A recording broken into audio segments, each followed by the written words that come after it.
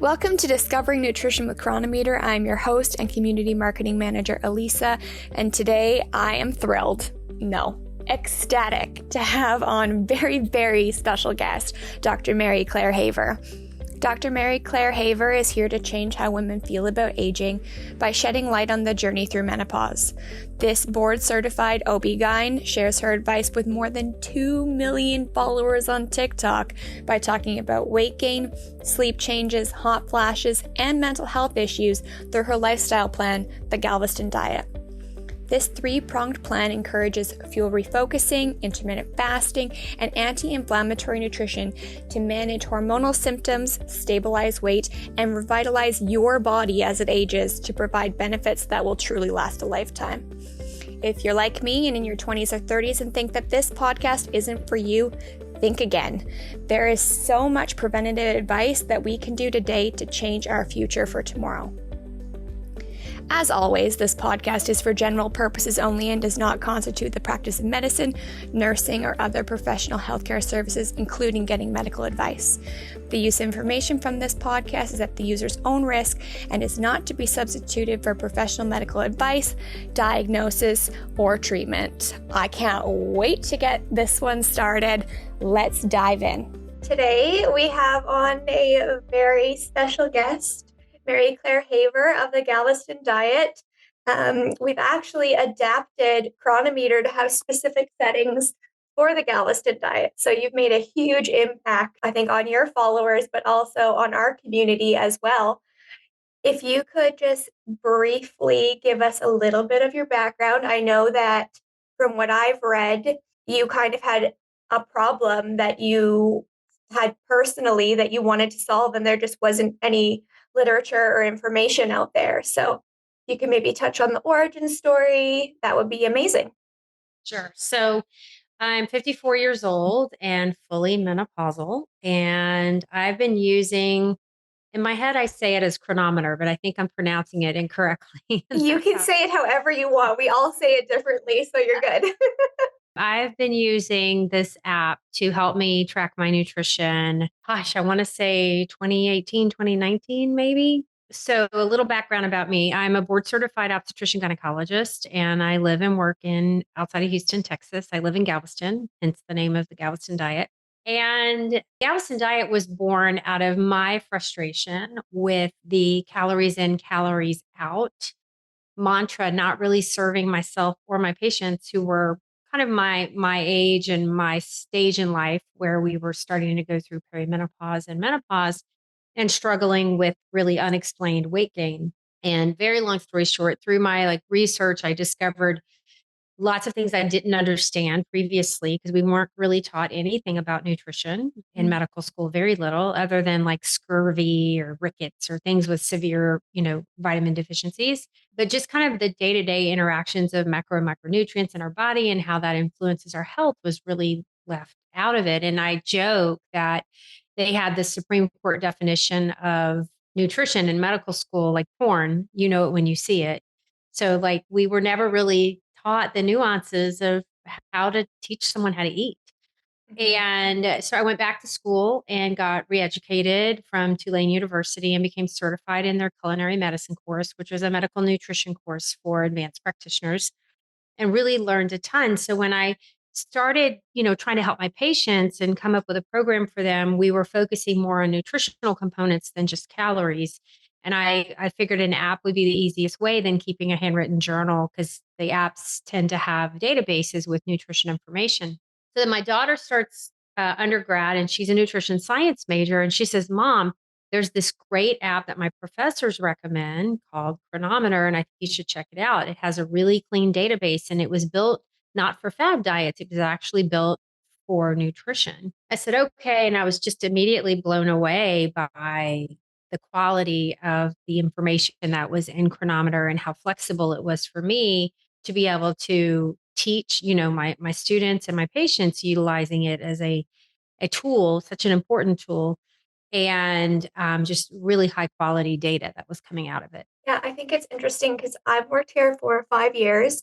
And when I started, I was just solely in the calorie tracking, same kind of thing, and And then I learned about macronutrients because we have a nutrition scientist, Karen, on staff. And then I dove into micros and I was like, this has completely changed the way that I feel. Like maybe I didn't gain weight or lose weight, but my energy levels just started absolutely soaring.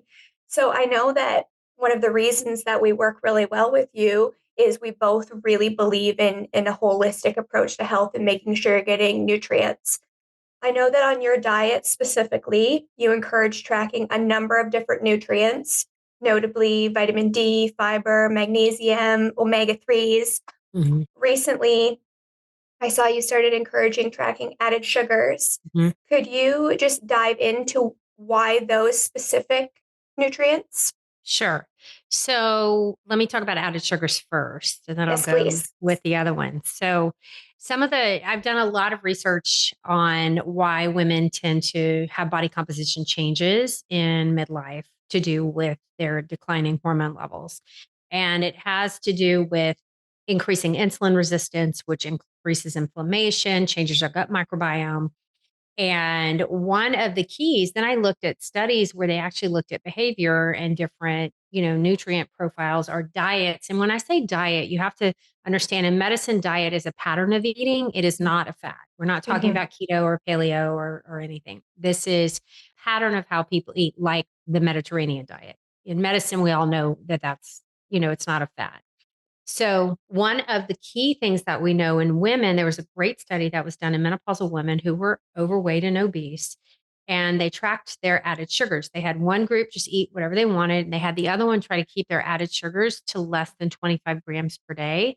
And added sugars are the sugars added in cooking and processing. And it wasn't until 2021 that those were even included on the nutrition labels. So, some of that elbow grease, has been taken, the work has been done for us if we just read the labels. Mhm. And the reason for that is, an apple versus the equivalent amount of sugar in table sugar, say. When we ingest that apple, we're also getting tons of micronutrients, fiber, minerals, vitamins, things that keep us healthy. And the absorption of that glucose, of the fructose, is much, much slower than it would be had we eaten the same amount of just pure fructose or glucose. And it causes our insulin levels to go down. It's not as toxic to the gut microbiome. There's just so many things that keep it healthier for us. So women who keep those added sugars less than 25 grams per day, like as a rule, have much less visceral fat than, or abdominal fat, belly fat, we call it in layman's terms, than a woman who does not. So teaching women, it's kind of a new thing. No one's really thought about it before. The keto movement really kind of demonized sugars, and just that deeper understanding of the difference between types of sugars and how they affect our body. And we're not saying you can never have a cookie or a brownie or a soda if that's your choice. But, if you're consistent about limiting that intake of added sugar to less than 25 grams per day, you're going to be a lot healthier than women who don't. Right. Yeah. And I know that that is something that we started tracking for all of our users. Even if the information isn't necessarily on the nutrition label, we often will have it within our database. So that's awesome that you're making people more aware of that. I think that there has been this demonization of carbs in general, and I think we are Mhm. starting to see, from my perspective, a shift in that. I know that I heard you on a podcast say something that I also say, and that is that food doesn't have morals. There's no good and bad food, and I think it's really important to have like a broad diet so we can reach most of our nutrient intake. One of the things that I was curious about, because you said that you're in menopause right now, and I'm not there yet. Is your diet, the Galveston diet, something that if I started doing now, would you recommend someone in their 30s doing it now to prevent these things going forward? Or is this something that's already aimed at women who are struggling with that visceral fat? So that's a great question. And I am so, so, so, so glad you asked it. We know that women, as they go through the menopause transition, which can begin as early as 35, it's going to begin for you somewhere between 35 and 45, 95% chance of that.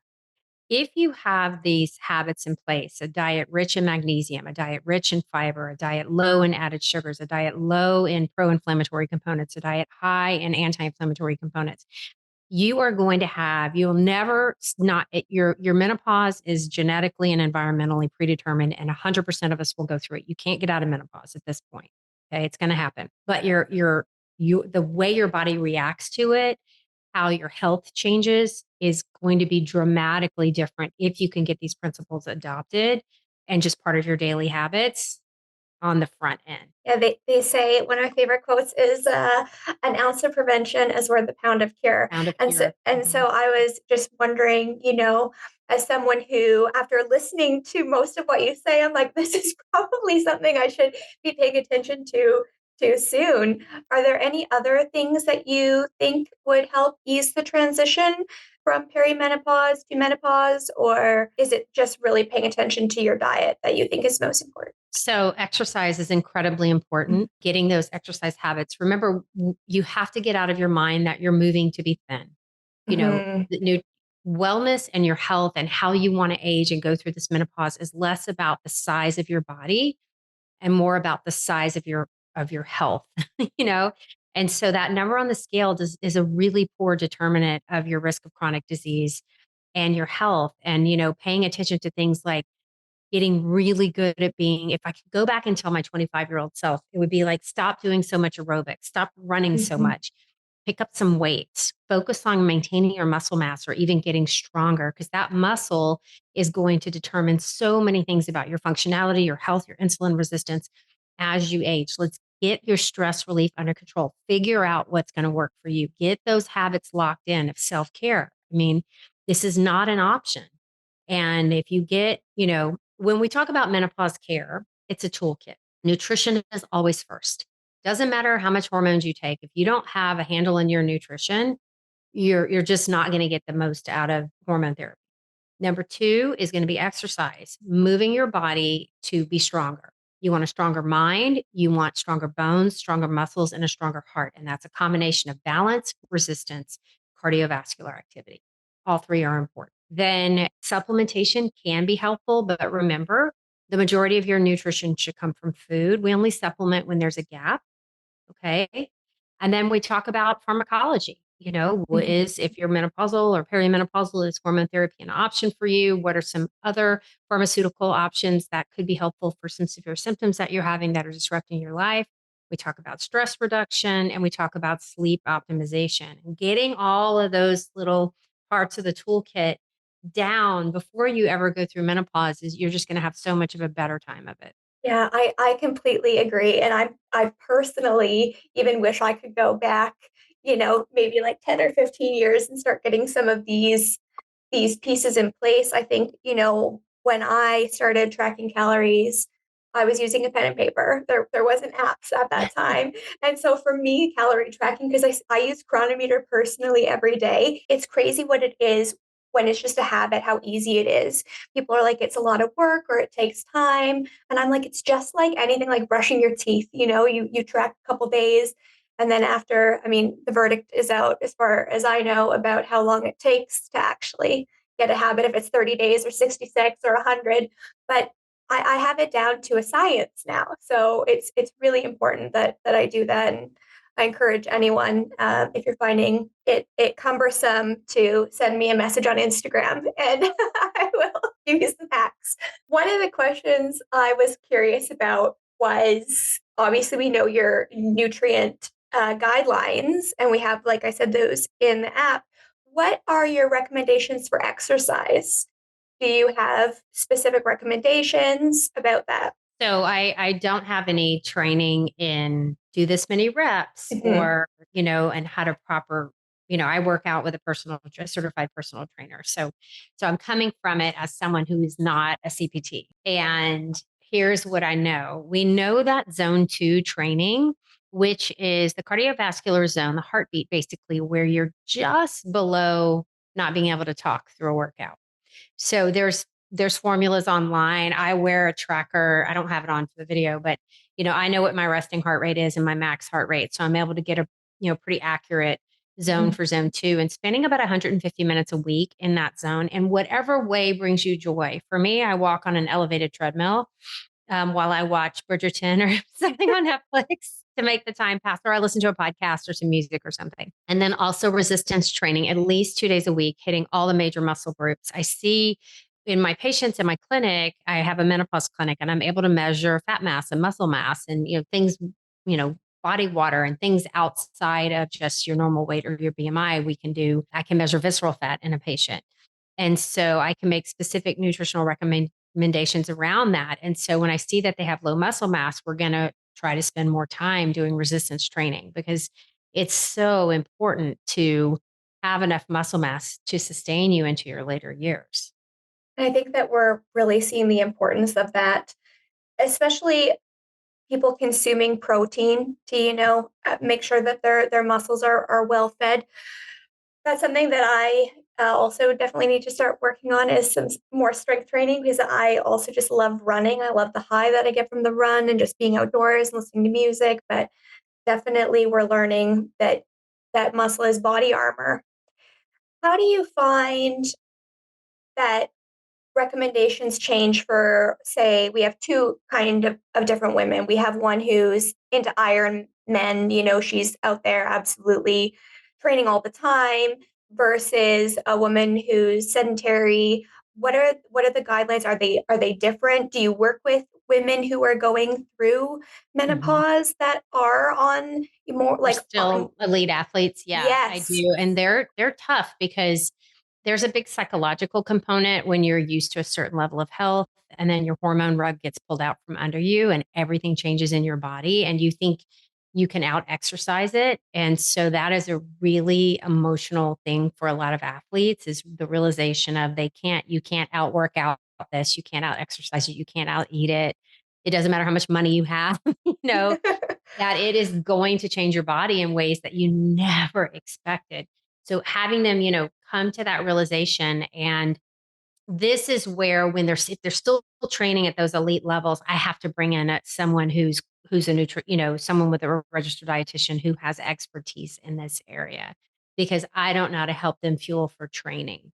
I'm much better. The majority of my patients are not elite athletes. And, I'm able with the athletes, able to get them in, get their measurements done, give them basic nutritional recommendations, but I am not qualified because their training schedule is so intense and they really need an expert in that area. That's awesome to consider. I just was, I see all these women that are in their mid 40s that are just absolutely crushing it out there, and I'm like, they look like they have, you know, 7 to 10% body fat, and I'm like, maybe they're doing something. Maybe they have like the secret sauce. But from what you're saying, we're all just gonna go through this. Hmm. So, what happens within the body that makes these changes anyway? Like, if I'm eating the same diet at 25 that I'm at 45, what has changed that's making it like my body composition change anyway? Sure. No, great question. So there are things that just the process of your ovaries shutting down and the loss of the endogenous estrogen that you used to make every month that does to your body outside of just aging. Because sometimes it gets hard to untangle what is just getting older and what is specific to menopause. So we know that, and that the research right now is being done on how estrogen is affecting each of these organ systems. But what we see is through the menopause transition, regardless of what age you go through, an acceleration so that you kind of have a steady state weight gain the whole way through. But if you break open what is weight, but a measure of body water, body fat, and muscle mass, right? And so your fat deposition accelerates and your muscle mass loss accelerates. And so you're replacing muscle with fat and you're gaining a lot more fat on top of that. Is And we're trying to discover why this is happening. Now, we know that women who are given the option of hormone therapy and take it through the transition and early menopause don't have as much new fat deposition as women who don't. And the research now is being done around why is this happening? Are you interested in everything related to health and nutrition? Me too. Join me, Elisa Tennant, podcast host of Discovering Nutrition with Chronometer. Every month, I'll be interviewing experts in their field to discuss topics ranging from the impact of nutrition on sleep to brain health to hydration and so much more.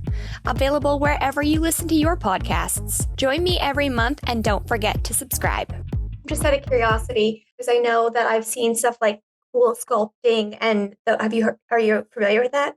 Mhm. Is Yeah. that something Spot that, fat reduction. yeah, Is that something that women could do to avoid this entirely, or is this? Um, so I've seen a lot of, well, I'll just go get lipo or full sculpting or Hmm. something, Hmm. The problem with visceral is intra-abdominal fat, and this is the fat that is deposited in and around our abdominal organs. So remember that full sculpting or liposuction is for subcutaneous fat. That is the fat that's just under the skin, between the skin and the muscle. Okay. Right. You could take a knife and cut your leg open and you'd see the fat there, right? Hmm. And so that is super easy to remove and actually one of the safest ways to do it. There is no, other than an omentectomy with a cancer surgery, there's no one is doing any surgical removal of the visceral fat. And it's the visceral abdominal fat that we see get massively deposited through perimenopause and into menopause. And this is the fat that is pro-inflammatory and linked to 7 out of the top 10 causes of death in women. So I noticed that you speak quite a bit about inflammation. Mhm. Can you just explain what that is to people who might not be familiar with it? Sure. So I think most people are pretty familiar with the concept of acute inflammation, though you may not call it that. So if you twisted your ankle or you stubbed your toe or you got poked by a nail or something, your body, acute inflammation is required to keep us alive. And it is our body's way of wrapping itself around an invader to get rid of an injury. So, when we do a mechanical injury like a arm, you break your arm or something, your body cytokines and things are developed to like force blood to go to that area to get the white blood cells there to begin the healing process. And it kind of wraps itself around wherever the injury is. And in the short term, it gets red and swollen and hot, hence acute inflammation. If we get stung by a bee, if we, get a cut that gets infected, all the things that happen. It's all happened to all of us. Chronic inflammation is a little trickier. This is when our immune system gets triggered, but it's a very low level. You don't really notice it, but it never stops. It never ends. So this is the hallmark of a lot of autoimmune disease, but we see it a lot with aging, and we see it really accelerate for women in the menopause transition. And we believe that is some of the reason why we're seeing this body composition change at this age. And there are things that we can do nutritionally to help slow this process down. What are some of those things? So I alluded to one earlier, watching the amount of added sugars in your diet. Added sugars, not, outside of moderation, are very, very highly inflammatory for multiple reasons. They cause a rapid rise of glucose in the bloodstream, which causes a rapid rise of insulin, which is pro-inflammatory. Also, our gut doesn't like it. Our gut microbiome does not like that much sugar. Okay. It can Mhm. tolerate some, but massive dumps of simple sugar are kind of toxic to the gut microbiome. And then the second is making sure you're getting enough fiber in your diet. So if you follow me on social media, we had but right now we're up to about 110,000 people signed up for this belly fat challenge. Amazing. And with a free challenge where we just had people, adopt some new behaviors that have been scientifically proven to decrease visceral fat, and the pretty awesome to lead the challenge because it made me so good about my own habits. I'm human like the rest of us. And so Mhm. sharing my own journey through this and tracking my own nutrition and showing people what I'm eating has been really fun. So 25 grams or more of fiber in your diet per day has been feed your gut microbiome, keeps your limits the rate at which glucose is absorbed into the bloodstream and sugars. Third is that type 2 zone 2 training. Zone Mhm. 2 training is really, really effective, but you really need to probably hit 150 minutes a week, divided into at least 3 sessions. So that could be 3 45-minute walks or 5 30-minute walks, just, being really consistent with that zone, pushing yourself to where you're almost breathless now, or tracking it with one of the trackers. Turmeric has been shown to be helpful. So if you have sources of turmeric in your diet, if you're drinking the tea, I have a turmeric supplement that I've created for my patients and followers that seems to work well with most people. Probiotics. So eating something rich in probiotics every day, yogurt, kimchi, miso, Chinese pickles, or a probiotic supplement is also really helpful. And adequate sleep, lowering your cortisol levels. That was part of our challenge as well. So choosing some kind of an exercise for you that is stress reducing. And that looks like different things to different people. For me, I did meditation and journaling, which I'd fallen out of the habit of. So it was really nice to kind of get back into it and get back into that practice. So I'm glad that you're ending on that little bit because I did have a question about cortisol. So that is shown to increase inflammation. That's a stress hormone if I'm correct in saying Hmm. so. Hmm. Is that something that people can just manage through lifestyle So, changes? cortisol, yes, usually. So, cortisol is an important hormone that we need in our bodies. Again, it keeps us alive. Okay. Cortisol is in the fight or flight. It's meant to quickly release blood glucose so you can run away from a saber-tooth tiger. Okay. That's how we were genetically, you need energy fast when you're hit with something you didn't see coming and you get this dump of adrenaline, which then causes this massive release of blood stored glucose from our liver. And so that you have the energy to get the hell out of whatever situation you need. But because of, I don't know, pandemics and elections and the way we're living our lives, overscheduled, overhyped, over everything, we never get those cortisol levels to come down because of lifestyle. And that is just slowly tearing away at our health. And so doing things that put you in a better space, allow you to let go of those thoughts and fears for however long, getting off of social media, picking up a book, reading a uplifting book or listening to a podcast, whatever that looks like for you. For me, it was putting up some boundaries, even with my own family, Mhm. of learning to say no and prioritizing the family I created and my own mental health and well being, walking away from a job that I loved in so many ways, but really wasn't serving me, and creating a job that I wanted to do and the way that I wanted to do it. So that was really powerful for me. I think that women especially struggle with this guilt about self-care. That's my I experience know. and watching as well. And on a podcast, I'm not sure which one it was, but you likened self-care to putting on your own oxygen mask first in like an airplane situation. And I was just like, yes, You because know, we are programmed to just fulfill other people's needs first. And self care is often like, oh, is that selfish? And I always think like, I need to do my best by me to give my best to anybody else. Right. and I just took me a long time to come to that Mhm, realization. I mean, I look at my husband, I mean, greatest dad, father, would do it again.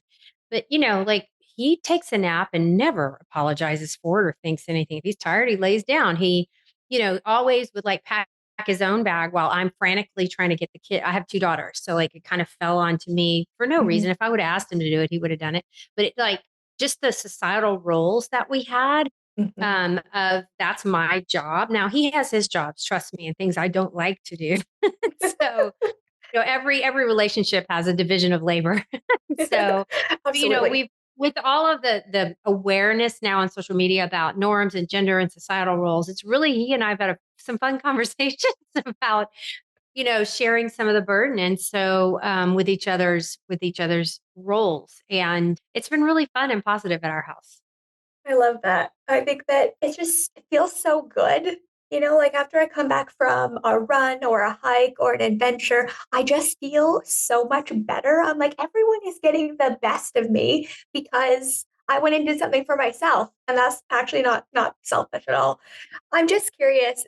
I wasn't planning on asking this question, but I have to. Your Instagram and TikTok, you are an absolute sensation, which has been really cool. Like to obviously we caught wind of you when you were already, a pretty big deal, but watching you just like skyrocket and take over your mention everywhere, is that not so stressful? Like you have people in place, obviously, but you know when you live your life on social media, I've had to take a step back and be careful. And my daughters really encouraged me to get on TikTok. And who knew that mhm, that it would explode? And it kind of freaks them out when I get recognized in public or people stop me places. And my husband, he gets a kick out of it. It happens all the time now, And but you have to remember when I'm recording those things, I'm alone in a room with my phone.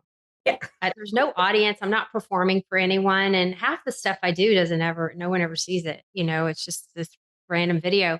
So you just have to take it with a grain of salt. mhm. And yes, you can so get wrapped up in it and allow it to affect your psyche. I've been a victim of that multiple times, but I've just had to learn to put it down and there's always tomorrow. And I got some of the best advice I got from one of my kind of, mutuals on social was give yourself 24 hours. If you think that something might be controversial or you're not sure, wait a day, film it, wait a day, then go back and see if you really want to post it.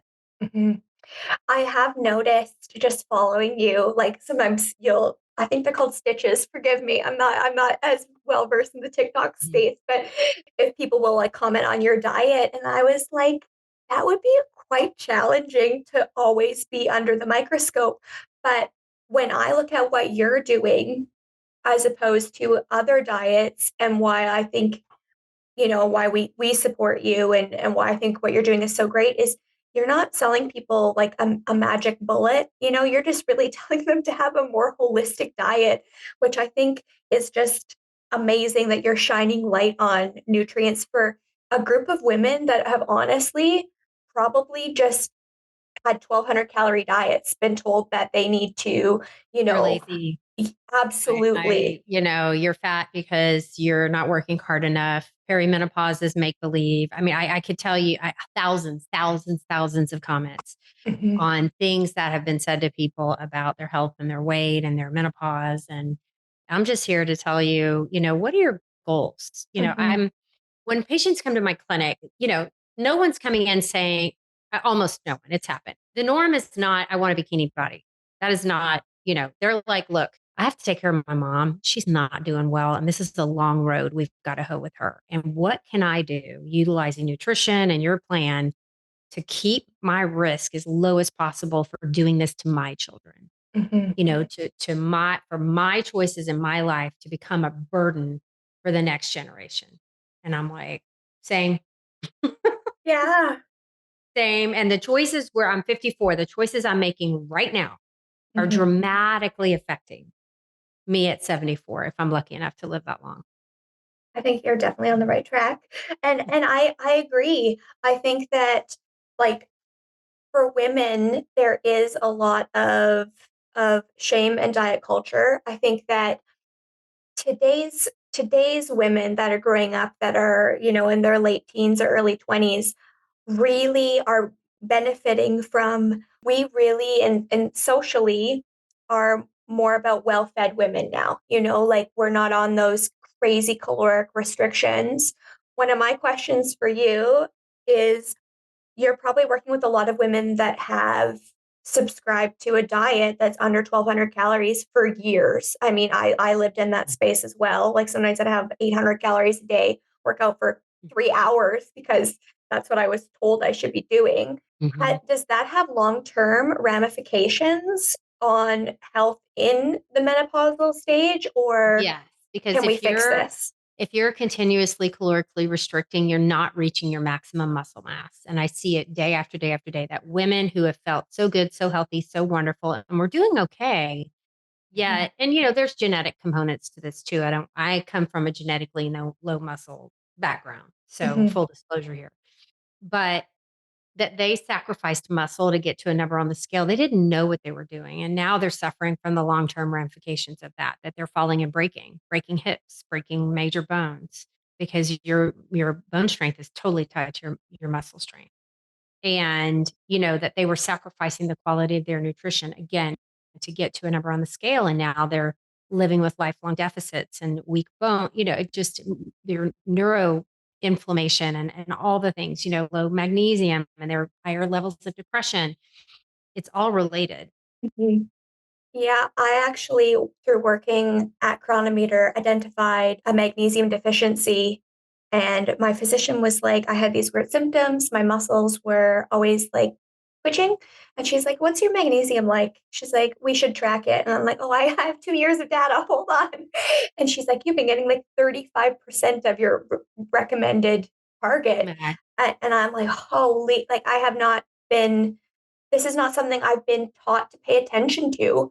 So that's why I think what you're doing is so powerful because you're not telling women to even necessarily focus on calories. You're telling them to focus No. on nutrients and getting more of certain things and less of other things. And I think that's so powerful. One of the questions that I was wondering, I think I know the answer to, but how do you feel about supplementation when people are not reaching their goals through diet alone? If you absolutely, I mean, I sell supplements, so Mhm. full disclosure. And it's really hard for us to get enough vitamin D. We don't absorb it well. I mean, to get to like therapeutic levels in our blood, we don't absorb it worth a darn as we get older, and that's an age-related thing.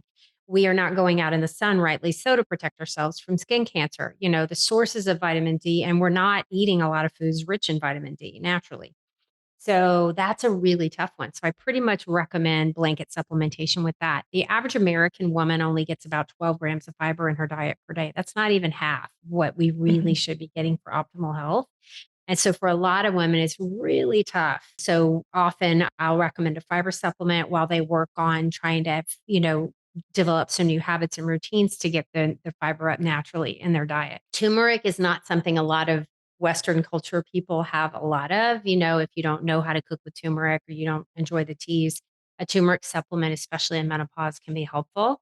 And so I just advise patients track what you're eating for a week or two and just see which nutrients are not coming close to the recommended daily amounts, and then see if you change your diet a bit to add in X, Y, and Z to lift you up to that level. Then, but don't go under the fallacy that you can just screw it. I'm going to eat what I eat and handle and have a handful of supplements and call it a day. That's not how nutrition works.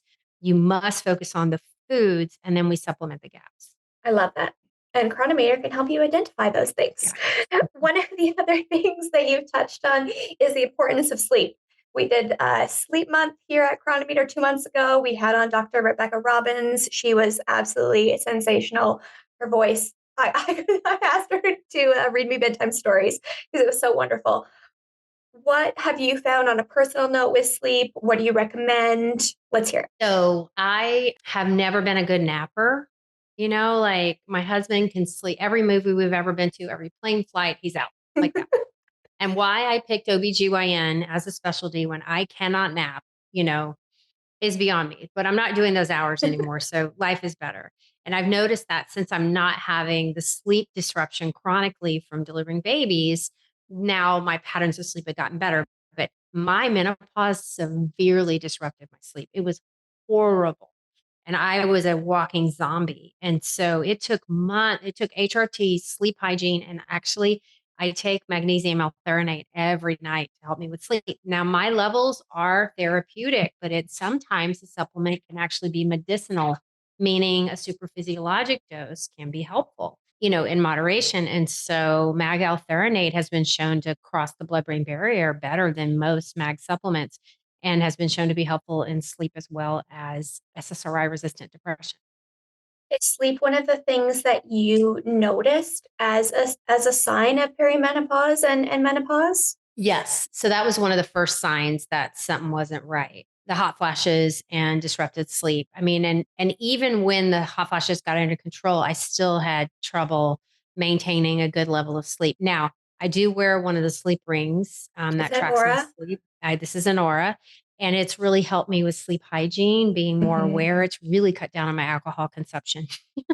And Oh, so since menopause, more than one glass of wine within 2 hours of bedtime, forget it. If I go for that second glass, I am making a conscious effort to sabotage my own sleep. There's no way around it. that was I wore an Aura ring for years. I actually don't drink alcohol, but maybe once a year I will. And I was like, oh my goodness, if I did this all of the time, I would never sleep. And I have done a lot of research. I write most of our social content. I get it approved by a nutrition scientist, but I was looking at all these sleep studies and the effects of alcohol, and they're like, well, it will obviously help you fall asleep typically faster, but your quality of sleep is atrocious. Really poor, Yeah. really So I, poor. And I can show you on my ring, Mhm. on my data, how my resting heart rate is the biggest thing. It just will not come down. And that was exactly it for me too. My resting heart rate in sleep is normally between like 45 to 50 beats a minute. And it was like 68 or something the night that I Yeah. had alcohol. And I was like, for me, I don't really enjoy the taste of alcohol personally. So I don't really feel like I'm missing out on something. I'm like, I have this science here that is showing me why I should not do this. And I'm Mhm. like, this is why, because I do like want to feel well rested. So Mhm. sleep was one of the things that you noticed first. Is that Mhm. across the board for most women? Like, what are the symptoms that women will experience that will let them know they're coming into Perimenopausal, perimenopause? all women's periods will stop eventually, but you Mhm. could have anything in between. So you could have periods further apart, periods closer together, heavier, lighter, more crampy, less crampy. Any menstrual dysfunction, any change is not off the table. So there's not one thing I can say there. 85% of us will have the hot flushes. Flash is kind of a misnomer because it's more of this, it lasts for much longer than a flash. Sleep disruption, about 85% of us will have it with or without hot flashes. Now, new studies are coming out showing decrease of about 40% of like glucose uptake in the brain. If you read The Double X Brain by Lisa Marconi, it's absolutely phenomenal. And she talks about the path to Alzheimer's and dementia and how the menopause is the springboard for a lot of patients and the decrease in the, cognitive decline that happens in menopause. And so, I mean, like the brain fog we all talk about. Mm. So, but the muscle and joint pain, tons of research coming out right now looking at frozen shoulder and hip pain, knee pain, shocking feelings in the skin, a lot of neurological things like itchy skin, dry eyes, dry mouth, mucus production decreases throughout our bodies. Of course, all the genital urinary symptoms. You could have more frequent UTIs, more frequent, your microbiome in the vagina changes. So more frequent yeast infections or bacterial vaginosis, thinning tissue of the vagina. There's about 40 symptoms right now that we have on the list. Dental issues. We have estrogen receptors in every organ system in our body, our lungs, our heart, palpitations. That's a big one.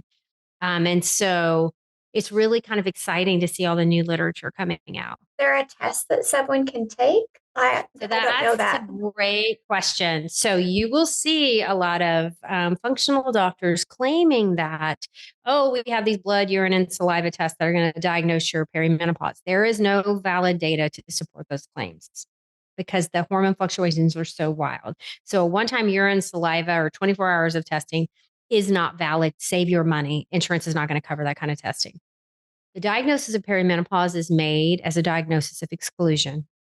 So many of the symptoms of perimenopause are also symptoms of hypothyroidism or autoimmune disease or rheumatoid arthritis. Or so we need to make sure those aren't the conditions going on. And then if all that testing is normal, you are most likely perimenopausal. So really you just have to listen to the patient and talk to the patient. And then you launch into a discussion of therapeutic options. One question I have as a woman on birth control, would those suppress symptoms? Yes. So I also, like you, was on birth control pills until my late 40s for contraception as well as treatment of polycystic ovarian syndrome. My husband was more than, but I was like, you know what? I got to stay on this stuff anyway for my other disease. I got it. We're Mhm. fine. And if I got pregnant accidentally, we would have welcomed another baby, but it never happened for us. So then most of my perimenopause was treated. And so quite Mm. often in early perimenopause, a low dose birth control pill is a very reasonable option for the patient. So some people might, if they're already doing that, would their symptoms be suppressed and they might not even know that Most of their they're. symptoms will most likely be suppressed. Now, not to say when we lose that baseline ovarian estradiol production that you may have some, but the symptoms tend to be much milder and much less noticeable. One of the other questions I have is about a hysterectomy, a woman getting a hysterectomy at an early age.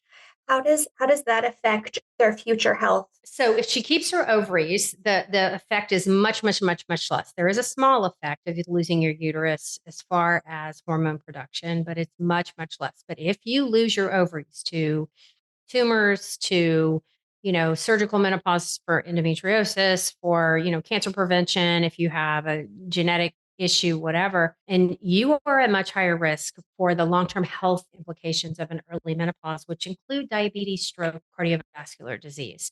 So it is imperative if you've lost your ovarian function before the age of 40, if you have not been offered hormone replacement therapy, that should be malpractice because What you're much higher risk for heart attacks, stroke, and cancer. what is hormone replacement therapy? So if you have it, it's basically the core component of all hormone therapy is going to be for menopausal hormone therapy is estradiol, is estrogen. And then we add in progesterone. Everyone gets progesterone if they still have a uterus without having an IUD in it, the progesterone containing IUD. And some women who wouldn't technically need it for endometrial protection may do well with sleep and anxiety at night. So we may add in progesterone for that. Testosterone is a separate animal. Yes, our ovaries produce 50% of the testosterone in our bodies. Our adrenals will make the other half. And so we do see natural decline in testosterone, and there are some issues associated with that, but we kind of address that separately. So we've discussed a myriad of different things. We've gone over diet, we've touched on sleep and on stress, fasting. You recommend Fasting. you recommend Well, most fasting. people can fast safely. Fasting is not for everyone. Certainly, if it triggers an eating disorder, if you have hypoglycemia, if you've been told by a physician you should not fast, then you should not fast. But, I like fasting for the anti-inflammatory benefits. It's not a great way to lose weight. If you're doing it solely for weight loss, I think you're shooting yourself in the foot. Some people will lose weight while fasting, but the majority of us, it is not an effective strategy for long-term weight loss. But what it does do is lower inflammation. And so there's some wonderful research from Mark Mattson from the National Institutes of Health, who looked at neuroinflammation, specifically Alzheimer's and dementia, and utilization of fasting for those models. And it was pretty compelling data, enough for me to recommend it in our program. What is considered a fast? What window do we have to get to in order for it to be Period fasting? of time. Yeah. So at least 12 hours is considered to be when you'll start to see the benefit.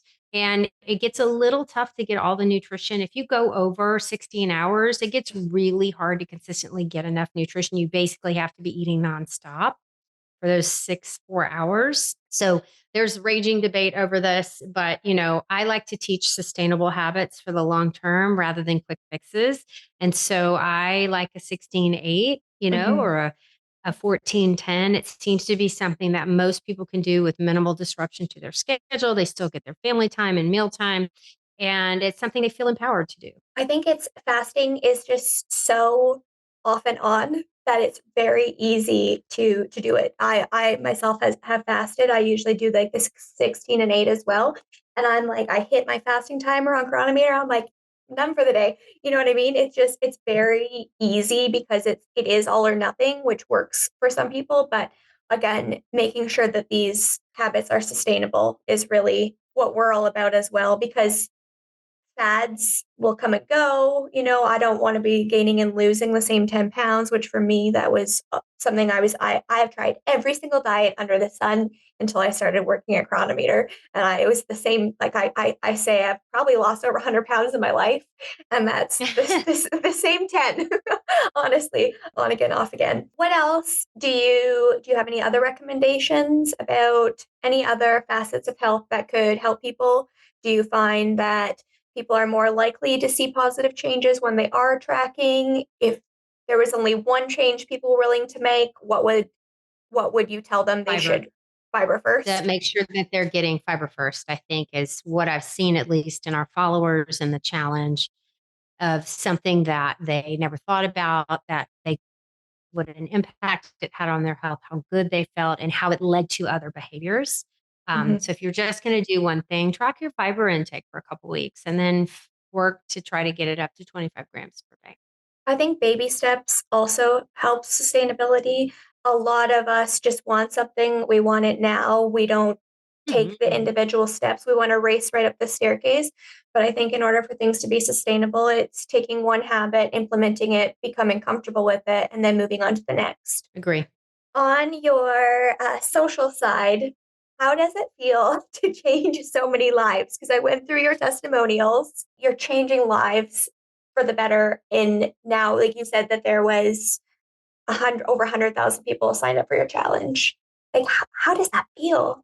It's kind of surreal. And I remember like watching the people up, how they were giving us their email, because we would email them the directions to the challenge, and just waking up to like another 10,000, another 10,000, and just being like, oh my God, like people really are out there listening. And yes, we get feedback, but I'm just as human as everybody else. Not every comment is positive, or you'll Mhm. get someone who's just wanting to tear you down because that's what they do, or, you know, and so it is a wonderful thing knowing that. I said that to my husband. I got a really beautiful comment last night and I read it to him. And I was like, it's so nice to know that I actually make a difference some days. And he looked at me in bed and he goes, if you don't think you're out there changing lives, what the hell are you doing? You know? Well, And so you just lose sight of it. You know, you just, you just lose sight. There's real people out there, because really so much of what I do is just talking to my phone but alone. but it's working for so many people, and we see it. We're like, we'll see a spike in users, and we're like, Mary Claire must have mentioned us somewhere today. We're like, is there a new Galveston post somewhere, because our traffic just went up. And I think for me, it's obviously on a less direct and scale, but when I started at Chronometer, I think there was 1.5 million users, and now we're approaching 8 million users. And I just think, like, it's obviously awesome to help people lose weight and that kind of thing. But when I hear success stories, sorry, about people's real health changing. I get to read all of our app reviews. I read every single Instagram comment, message. I'm like, we are actually helping people live better. And that for me is so much more important than fitting into a pair of jeans or whatever. We're helping Mhm. people hopefully live healthier, happier, longer lives. And that's why I love my job. So I hope that you feel the same way about yours. Awesome. Okay, I think that we got it. I'm so grateful that you were here, Mary Claire. Thank you so much for making time. This has been so wonderful for me on a personal level. I feel like I've learned a lot, and hopefully our listeners have too. Where can people find you everywhere? So if you go to galvestondiet.com, that is our website. It has links to all our social media. I'm on TikTok and Instagram as Dr. Mary Claire, DrMaryClaire, and everywhere else as the Galveston Diet. That is amazing. Hopefully, our users will subscribe. For the people that are listening that use the app and they want to try the Galveston diet, we actually have settings that are already in there. So you can just go to your settings menu, toggle on the Galveston diet, and then the preset macros and micronutrient recommendations that Mary Claire recommends are automatically there. So perfect. Thanks so Awesome. much for your time. Have You're a great day. welcome. You Bye. too. What a powerful episode of the podcast. Thank you so much for being here, Dr. Mary Claire. I feel like I learned so much that's going to benefit my own health in the future. And to our listeners, I really hope that you did too. If you like this episode, make sure that you subscribe or check out our previous episodes, and we'll see you next time.